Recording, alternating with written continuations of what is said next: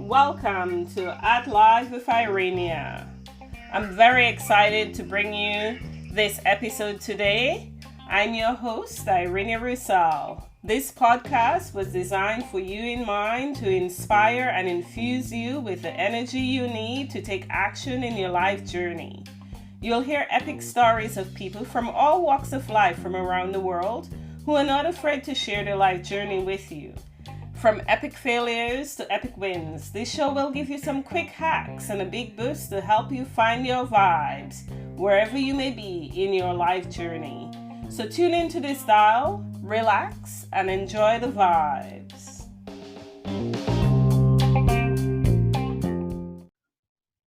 Welcome, superstars, to At Live with Irenia. I'm your host, Irenia Rose. I'm so excited today to bring you this week's episode because with me, I am in conversation with Joree Rose, all the way from California. Welcome, Joree. Thank you so much for having me on the show. Happy to be here. I am so excited to have you here because you are my first licensed marriage and family therapist. So I'm super excited. Oh, great. Happy to be the first one. Yes, it's very exciting. So to you listeners, Joree is a licensed marriage and family therapist, mindfulness and meditation teacher. She's a coach, an author, a speaker, and she also leads a variety of mindfulness retreats around the world. So I'd say she's a globalist. What do you say, Joree? That's what I'm working towards. Absolutely. All right. So her goal really is to help people like you and me to live happier lives and more fulfilling lives with greater awareness and compassion in order to decrease our stress, our anxiety, and also to shed any unhealthy habits that we may have. And we all know during these uncertain times how much habits we've picked up, right? Yeah. And they're not always skillful ones, that's for sure. For sure. And of course, she works with her clients on mindset and the importance of that, to really help each and every one of us. So that's why I'm excited to have her here today, because she has so much wisdom that she's going to share with us today. And hopefully you can get some tools and hacks that can help you in your daily life to really, adapt and thrive in this current environment. Yes, now more than ever, we all are needing tools to not just survive through it, but ultimately learn how we can thrive and take some really important lessons with us as we go through this journey. Absolutely. So give us a little bit about your backstory. How did you get started on your path that you are right now today? Yeah, well, I always knew I wanted to be a marriage and family therapist. I knew that from the time I was pretty young. And I think in large part it was for very practical reasons, because I wanted to be able to have a career in which I could set my own schedule so I could be home when I had kids. And I started graduate school right out of undergrad, got my master's degree, and in California, you have to do 3,000 hours of an internship in order to qualify to take the state exams. Well, I got about halfway through those hours and I realized I wasn't sure this was the right path for me. I was really young at the time. I had no life experience. I didn't really know who I was and felt like I really had no business being anybody's therapist. And I ended up doing something I had never done before in my life, which was I stopped. I quit towards that path. And at the time, I just wanted to kind of live in my own little happy bubble. And I got pregnant. I had been, I was already married. And I've always wanted two daughters. And sure enough, I got my two daughters. And Awesome. beautiful experience of being able to be fortunate enough to be a stay-at-home mom with them, and loved every second of that.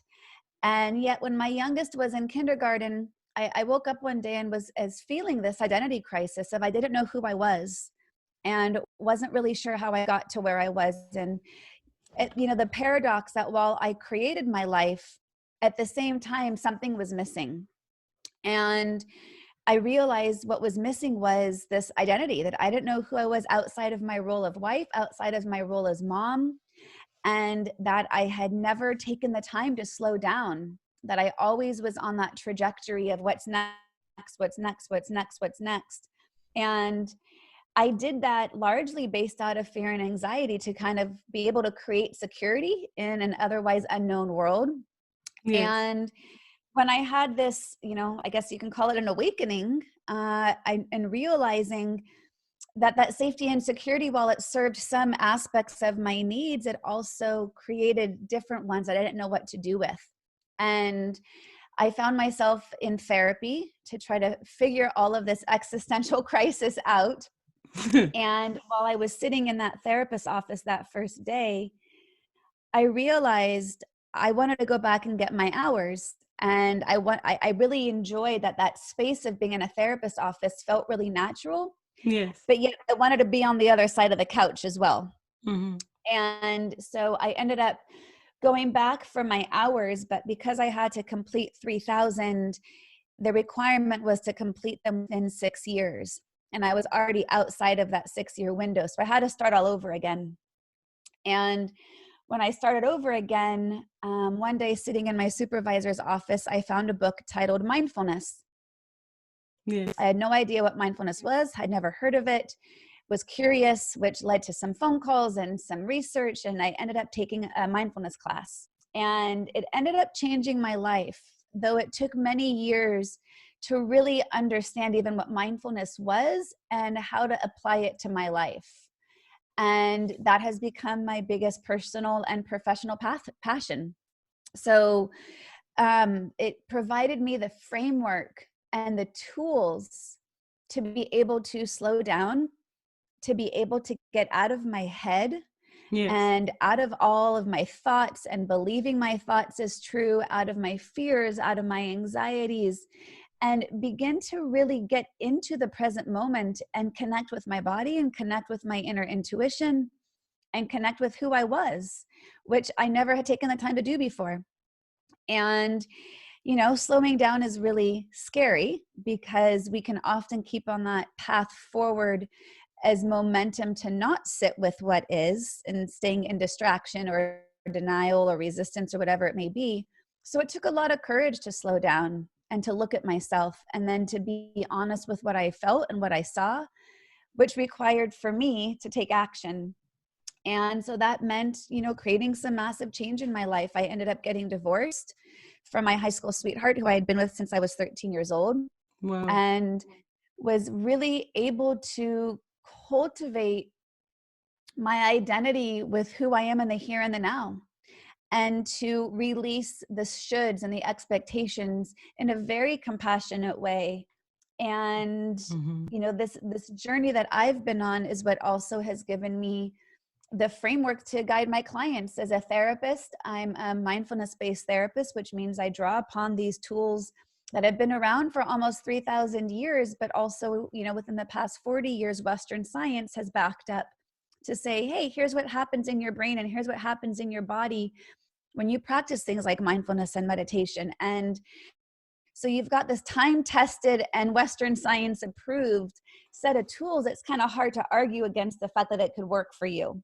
And so I'm very passionate about teaching people the tools to be able to be present, to get off of that treadmill that we're just running on, to be able to be curious and compassionate about our thoughts and our emotions, to be able to create some distance and space around our reactions, to turn them into more mindful and intentional responses, to be able to get out of rumination of the past, and to be able to stop worrying about the what ifs of the future and the unknowns, and to truly be present with what is, even if you don't like what is. And that's, one of the biggest paradoxes of all, And yet, when I practice these tools, I know I feel better. I feel more in alignment. I feel more authentic, allowing myself to truly connect with what is in a very present way, and practicing non-judgment towards myself or to others, and practicing compassion, and just Yes. noticing Yes. that my old thought patterns didn't serve me anymore. Mm-hmm. So, as a therapist, to be able to authentically guide my clients in a practice that I still live day to day, that vulnerability of my story shared with my clients breeds deep connection. It breeds compassion. Mm-hmm. And it also is a mirror to say, hey, if I can do this, you can do this. That is absolutely amazing. I love how you mention, and I'm just going to unpack a few things. You talk about safety and security, Yeah. having, the need for that, but also living in present space and really recognizing our intuition. Yeah. And I really love, your journey, having been on the flip side, sitting in a therapist's office. It's what, really propelled you back to your love and your passion currently, which is, serving others in that same capacity. That's absolutely amazing.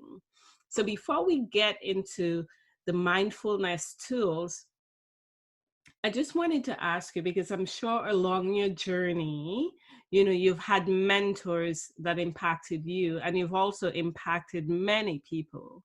So Yes. how have the experience of mentors shaped the trajectory of your life? Most of my mentors have come from retreats that I've attended. That's Mm. why I love leading retreats, because my most powerful transformations have occurred while on retreat. Yes. And, to me, that's the really look, anyone can go to a good therapy session, and you Mm-hmm. can be sitting in therapy and you can have these great aha moments, but you walk out that door, or in these days, you get off the phone, right? And you walk back into your everyday life, and it's hard to integrate and to create the space of integrating what you just had your aha moment around. So for me, my greatest mentors were the ones who I was on retreat with, because they provided the container to be able to simmer in and to sit with what I was gaining in that awareness of myself. And so I would almost say it's not so much the mentor themselves, but the space they created that I had the courage to go sit in being on retreat, and in being outside of my day-to-day routine, and taking the time for my own self-care and my own soul care. And that was hard because I had young kids at the time, and they sure as hell did not like when I left. Of But course. I know it's what I needed to do for me, and that, they would be okay. And ultimately, even my most difficult choices, such as getting divorced, or, even leaving for a weekend or a week to go on a retreat, that they would be role modeled the very things I would want for them, which is to follow your intuition, to follow your heart, to learn how to be resilient, to understand the path is not a straight line, to be able to say what, a decision I made 20 years ago may not still suit me who I am now, and how can I move through that with grace. And so those mentors, really were the ones who provided the space that I had the courage to go sit in. Wow, that's absolutely fantastic. I love that. Very, very deep. In Yeah. terms of, you talk about kids, and I know with my audience, there are a lot of young professionals who are listening who have young families. How did you balance that work-life integration in terms of serving your clients, but also serving the needs of your family as well? My motivation with everything I've ever done is my kids are my number one priority. Yes. That they, and with that comes some, you know, feeling blessed to be able to have that as my main priority. I was not in a situation where I had to work full time when I was married or divorced. So I was given the freedoms to be able to maintain that there be my number one priority. But by that, as I've built my career as a therapist, and opening up a private practice, I was able to grow it fairly quickly. And my priority remained my kids come first. So that meant I only work school hours. And it's only recently that my oldest daughter got her driver's license. So I am, well, right now we're not doing school, but in a normal environment when school's in, Mm-hmm. I only worked the hours that my kids were in school, and I picked them up from school every day. And as soon as, the school day was over, I was full-time mom. And that doesn't mean to say I didn't work when I was at home, but I've never even been part of a carpool. I've always valued that time with my kids, even the inconvenient times of, driving them places and having to be in the car a lot. To me, that was always such a high value of mine and a gift of time to be with them. And so that has shaped my career choices, is to always work around my time with them, that when I'm home, that we're together. And that, again, I'm still working when I'm home, but I'm here and I'm present and I'm available. And the only night a week that I see clients later in the day is the one night a week they're at their dad's house. So it gives me some flexibility with that. But yeah, Well, that's that's that, a that's been my driving value. And even again, with the times that I've had to leave to go on retreat, whether I've been attending a retreat or in more recent years when I lead the retreats, um, it's been very difficult. It really takes a community. It's, my ex-husband does a little bit of the time, and my mom is there, and we've got a family friend. And I mean, there's times that, I've gone away for the week and I've had to micromanage multiple people helping me care for my kids each day. But part of that is also the courage to ask for help, yes. and to not be in shame around I can't do it all alone. And Mm-hmm. when I'm home, I value that I can. And when I'm here in a different space growing my career or growing my professional and personal growth, then that's a priority. And I value that my kids see me taking me and my career as a priority, because I think that teaches them beautiful things about how they can live their lives. Yeah, absolutely. That's Especially, awesome. and I don't want to sound sexist here, but especially as women, having two daughters, I Mm-hmm. really wanted to teach them that you can be the best mom and be present and be there and take care of yourself and build a career and take care of your own personal growth. Like, to me, Mm-hmm. that's the best gift I can give my daughters, because I see with so many clients, and I see it, just around me, how easy it is for women to let themselves go, thinking to be a good mom means, and fill in the blank. And sometimes that story we tell ourselves doesn't always serve our greatest purpose for our individual growth or passions or authenticity. And so, yeah, some of it's been really hard. And I do believe I've role modeled to my daughters what I would want most for them to have in their life, with is to value their own path and to value their authenticity, and to have the courage to say, I need to make a change, and it's going to be hard and it's going to be scary, and it might upset some people and it might disappoint others. And that's okay, because life is not perfect. I absolutely agree. Life is definitely not perfect, and it's good that you've provided that path for them as well. So Thank you're you. also a host of a podcast, right? You have your own podcast. Tell us I a little bit do. about it. Yeah, it's called Journey Forward with Joree Rose. And the podcast is a platform for me to provide both inspiration and motivation for people to get unstuck and create lasting change in their life. I really believe that growth and change is possible, and that Mm-hmm. what keeps people stuck is they often don't know either what's keeping them stuck or how to get unstuck. And so, a lot of the podcast is me teaching tools of mindfulness and meditation and mindset and my own story. Mm-hmm. But the podcast also entails interviewing people who have had that journey forward, where they've had that moment of aha, of that wake up call of, wait, something in my life is out of alignment. And I've got to be curious about what it is that's arising. And the interviews are with people who have taken that path forward, and maybe it was on a different trajectory than they imagined. So I really want the podcast to be both a resource for great tangible tools and also inspiration. If someone has made some change in their life, I want a listener to be able to say, well, if they can do it, I can do it. Nothing is different about me and this other person other than they're taking action and I'm just sitting here spinning in my head, right? So Yeah. it's a very humanistic approach and very Mm-hmm. much normalizing of our process, Mm-hmm. while at the same time grounding in a set of reliable tools.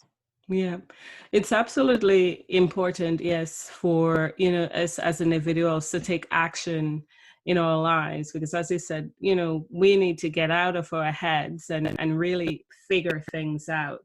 So in talking about tangible tools around mindfulness, what can you share with our audience today, especially, there's so many of us going through what some would call the great pause, right? COVID Right, 19 has really rapidly changed the way we operate in every area of our lives.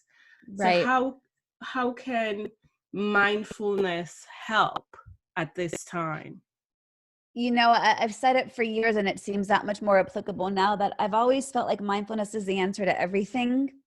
Yes. And I don't say that lightly, because I truly believe that mindfulness is all about how you respond and not react to what's arising in the present moment. And oftentimes when we're in reaction, it's because we're holding on to an expectation of how we thought things should be. Mm-hmm. And when we recognize that that expectation, and the longer we hold on to an attachment of some unknown outcome, when it doesn't happen, we cause ourselves suffering, because we say to ourselves things like, but it wasn't supposed to be like this, right? And we say, but I don't like this. And so right off the bat, mindfulness provides us the opportunity to just observe it and to Mm-hmm. stay curious about whatever is arising as we engage in different patterns of living our lives, and say, wow, this is really interesting, rather than I hate this, why do I have to do this wasn't how my life was supposed to turn out. Because when we spin on the what ifs and the ifs and the if onlys, then we spin in reactivity, we spin in judgment, and we are ultimately going to be less happy. And mindfulness is an ancient contemplative practice rooted in answering the question, how can I reduce my suffering? Because what the Buddha discovered is that suffering exists. Mm-hmm. And he discovered that there's a cause to our suffering. And well, if there was a cause, then there must be a way to end it. And he came up with a framework to ending the suffering. And mindfulness is one of the tools within that framework to end our own suffering. And what he discovered is we suffer more when we are stuck in the past in rumination, and when our mind's in the future, in the what ifs and the unknowns, and that causes anxiety. But when we can be in the present moment and understand that this moment is the only moment we have control over, it can bring us more peace, because we're out of that expectation, we're out of that attachment, we're out of the spinning around the shoulds and how we wanted things to be. And even Mm-hmm. if we're ruminating in the past about something really beautiful, like a great vacation you had, or a beautiful evening out with your partner, or a child's birthday, as long as that rumination in the past is taking you out of being with whatever's arising in this moment in front of us, then we're not being present. And so right now, mindfulness provides us the opportunity to say, oh, wow, look at that. That's really interesting. Look at what's arising. And oh, wow, look at that. Look at my reactions to what's arising. Huh, that's interesting. I'm wondering how those reactions are serving me in managing through this pandemic, right? Whether we're going into reactivity, or we're going into fear, or we're Yes. going into, a lot of anxiety. And the anxiety is real. It's not to deny what you're existing, what's existing. It's not to deny what you're feeling. In fact, mindfulness will give you the response to say everything you're feeling is normal. Nothing is wrong with you for what you're feeling. Because to have equanimity is to have this evenness of mind, to not judge our experiences are good or bad. Because we automatically tend to put things into categories and camps of all good or all bad. And we tend to push away what we label as bad, and we tend to hold on to what we label as good. And yet all of it's going to show up equally. Mm-hmm. Mm-hmm. And when we have a greater ability at that equanimity of neutrally observing, we can have an easier time with being resilient, and we have an easier time with allowing things to shift and change because we're not grasping onto what we wanted. Because that wanting and that striving and that clinging ends up causing us more suffering when things change, because that's the other fundamental truth is nothing is permanent. Everything changes. So even our perception of safety and security in the way we were living our lives was really a perception, because it could have changed at any moment. You know, if you've ever been in the middle of an earthquake or a hurricane or a tornado, you can't plan for those things. And yet we know that they exist and it's real and anything can change. Absolutely. And the And difference between a hurricane and COVID is that in a hurricane, you know that you can hunker down. The hurricane's going to pass over, the ice going to pass over. And then after a few days or overnight, it's gone. Whereas this current time that we're in, there is a level of uncertainty, a deep level of uncertainty, not only, directly where we live, but globally, in terms of when this will end and we can of come back course, to normality. And we know that, well, and this is the big question is I'm not sure we're going to go back to normal, because we're going to have a new normal. yeah, absolutely. Just like, especially, I mean, I know it impacted all over the world, but especially here in the US after 9/11, Mm-hmm. the way we live our lives was uprooted. And while the majority of that was temporary, there's still lasting change in the way that we travel. Yes. Right. But in those first days, it was, I don't know what to hold on to, because I don't know what normal is anymore, because I had a perception of safety on my own soil. Mm-hmm. And so when all, what this pandemic has done for us on a universal level is it's neutralized who it accesses, in terms of no one is immune from the fear and anxiety that this has brought on for people. Mm-hmm. And for the first time that I can, even think of, is the whole planet, our whole entire common humanity is sharing in a common experience. Now, this is not to say or discount to the great suffering that's occurring for the people who are getting sick and dying and losing family members. This is not to disregard, that level of true suffering. But Mm-hmm. I also do believe that we are being given an opportunity as a humanity to say, hey guys, maybe this is, the world's way or the universe's way or God's way, whatever you want to name it. This was the universe's way of saying, okay, it's time to shake things up, because something wasn't working. We were all too busy. We were all too disconnected. We were all too, focusing on what's next, or, on our digital devices all the time. And our planet is suffering and our relationships are suffering. So for me, this is really the universe's call to, hey, it's time to be more mindful. Let's slow down. Let's Mm-hmm. breathe. Let's pause. Let's reflect upon our patterns and habits, and let's see the ones that we thought might have been working, and then really understand that maybe they weren't working. Yes. And let's be more intentional in how we move forward and live our lives. And let's really connect to our values. And let's tune into what are our most important values. And can I allow those to be the ways in which I live my life? Mm-hmm. So for a listener listening right now, how can they get started with mindfulness? I would say the very first thing to do, and it's what I always say, if you learn nothing else, is to take a minute and just breathe. That if you can take a minute and just breathe, you're allowing yourself to pause. Mm-hmm. If you remember to consciously connect with your breath, because it's happening automatically, but the key is to consciously connect to it. As you take that deep breath in and you exhale out intentionally, that breath is going to calm your brain. It's going to quiet down the fight, flight, freeze response that we get from either a real or a perceived threat. So it could happen by a mere thought. That breath is going to activate the rest and digest part of your brain, allowing your executive functioning, where your logic, reason, rationality, communication resides. So you'll be able to respond to whatever's coming up for you, whether it's difficult thoughts, whether it's emotions, whether it's people around you or distractions or your own anger, or just getting more focused. And that breath will allow you to exhale out what you no longer need to carry. Mm-hmm. So by just taking that moment to pause and breathe, you are also allowing yourself to observe whatever's arising. Oh, well, look at that thought I'm having of what am I going to do with the kids all day long? Or, Mm-hmm. oh, look at that feeling of anxiety that's in my body when I see my, stock prices dropping. And, if we can just create some space around what we're experiencing, and that's what mindfulness is. It's creating space. It's increasing awareness. It's observing with a friendly, compassionate nature rather than a judgmental one. It's observing, oh, wow, look at what's coming up. That's interesting. And as you pause, you can decide intentionally how you want to respond to Mm-hmm. that thought, that emotion, that person, or the stocks or whatever it is. Mm-hmm. So taking a minute to just breathe, while it sounds ridiculously simplified, it's that powerful. And the second thing I would add on to that is studies also show that if you can name what you're experiencing, naming what's arising, Yeah. quiets down that emotional alarm. So just to say, oh, wow, I'm feeling anxious right now. As you name it, it puts you into observation of it. It creates some space so you're not over identified with that thought or that emotion or that experience. You are not your thoughts. You are not your emotions, just what you're experiencing in the moment. So naming it gives you the space to have less over identification with it. And when we can just see it for what it is, it has less power over us. Mm.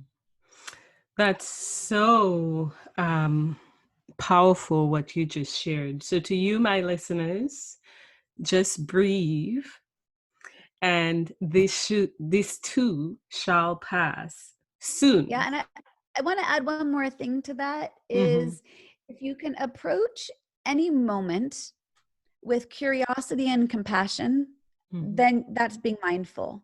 So to be curious allows you to get out of expectation and attachment, and to have compassion gets you out of judgment. And if you can approach, imagine you're having a, your child is frustrating you and you're feeling, frustrated, and your blood is boiling and you want to react. To stay curious would be to say, wow, I wonder what that emotion driving that behavior is, rather than just reacting to the behavior. To have compassion would be able to say, wow, I imagine my kid's acting out because he's feeling really cooped up and I've been busy on calls and he maybe just needs some positive attention, rather than putting him on a timeout for acting out and, throwing a little temper tantrum. So, having the ability to breathe, the ability to name what's arising, and coming to curiosity and compassion, that in and of itself is a lot and way easier said than done, but it's also that simple. Mm-hmm. Breathe, be curious, and be compassionate. Thank you so much for that. Let's segue into some rapid fire questions. Okay. What is your morning ritual that set the tone for your day to put that pep in your step? Every morning as I get out of bed, I place my feet on the ground and I do my little mini mindful moment, which starts off with a heart opening practice in which I literally embody a heart opening posture, and I set an intention to stay open to receive. I then go into a prayer pose and do a loving kindness practice, offering myself well wishes of loving kindness. And then I take my thumbs to my third eye as I take a few deep breaths in and exhales out. And I connect with my breath and set intentions to utilize my breath to stay present for the day. That sounds absolutely wonderful. It is. I have to say, it takes all of about 5 seconds, and literally it sets me on the right foot for the day. That's awesome. And after the busyness of the day, what's your evening ritual? My evening ritual, it changes day to day. I don't really have too much of a ritual. Okay. Um, I do, spending time with my kids, Mm-hmm. talking with my partner. And Mm-hmm. I have to say, I spend a lot of my day very active and intentional. So part of my ritual is giving myself permission to be mindless at the end of the night. And for me, allowing myself some unproductive time without judgment. So that might look like, being on my phone playing a game. That to me is like giving myself the permission to not always have to be doing. And that Mm-hmm. actually calms me down at the end of a busy day. Love it. And we all know that music changes the physiology in our body and changes our mood. What's the last song you have on repeat playing? Um, I don't know about one particular song, but one of my favorite bands is the Shins. Mm-hmm. And I have a Shins Pandora playlist, and it always feels like whatever song comes up is perfect. But I have two favorite Shins songs that always just get me in the right calming mood. One is called New Slang, and the other one is The Past and the Pending. Wonderful. And with regards to books, I know that you've written two books on mindfulness, Yes. right? And give us a little bit of background on those quickly. One book is called Squirmy Learns to Be Mindful, and this is a mindfulness book for young kids, Mm-hmm. teaching them fundamental tools of mindfulness. And the other book is called Mindfulness It's Elementary. And this is a book designed for teachers or educators, school counselors, or even a parent to be able to teach their students or child a 12-lesson practice in mindfulness. That's awesome. So, in terms of you yourself, in books that you've read and books which has inspired you, can you recommend a couple books for our Um, listeners? my most favorite ones, my most favorite one, oh gosh, there's so many, it's impossible to name, but Dan Millman is a really favorite of mine. And the book, The Laws of Spirit, is probably one of my most favorite books. He's most well known for The Way of the Peaceful Warrior, but The Laws of Spirit is one of my most favorite. Um, Okay. yeah, I'm going to go with that one for now because there's too many to name. All right. And before we wind down this episode today, what is your last words of wisdom for my listeners? I'm going to go back to what I said earlier, to take a minute and just breathe. The other thing I will say as wisdom is you have 100% success rate of getting through everything you didn't think you could get through. Mm-hmm. That is So awesome. remember, That's you're wonderful. already getting through it. Mm-hmm. Mm-hmm. And I always like to give my listeners an opportunity to connect with my guests. How can they reach you? Yeah, probably the best way would be on my website, joreerose.com. That's JOREEROSE.com, in which you'll have access to my podcast, in which you'll be able to see my online courses I have available, access to coaching, all my social media. On Instagram, I'm at Joree Rose.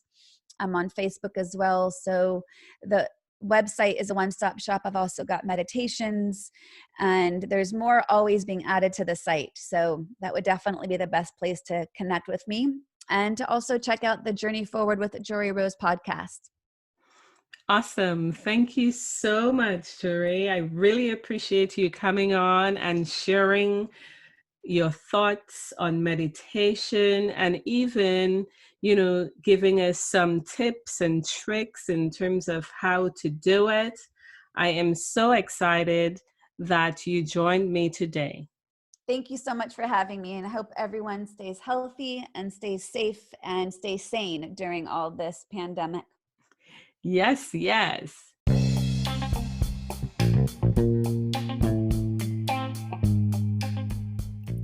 Listeners, I hope you enjoyed our conversation. I would love to incorporate you into my show. If you're facing a challenge, if you want to give a shout out, please email me info@livewithirenia@gmail.com. All one word, info@livewithirenia@gmail.com.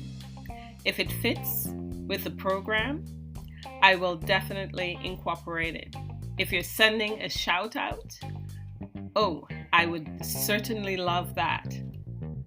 If you found value in the show, please share it with a friend. It's important that we share this knowledge and spread it all across the world. After all, we are in this life journey together.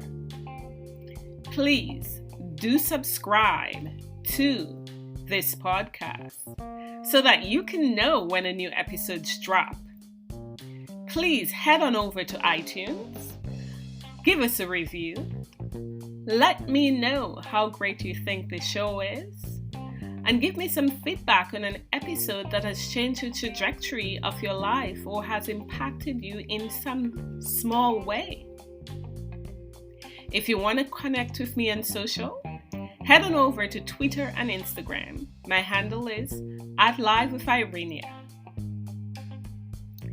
This podcast was produced by me in my home studio, including all brand elements.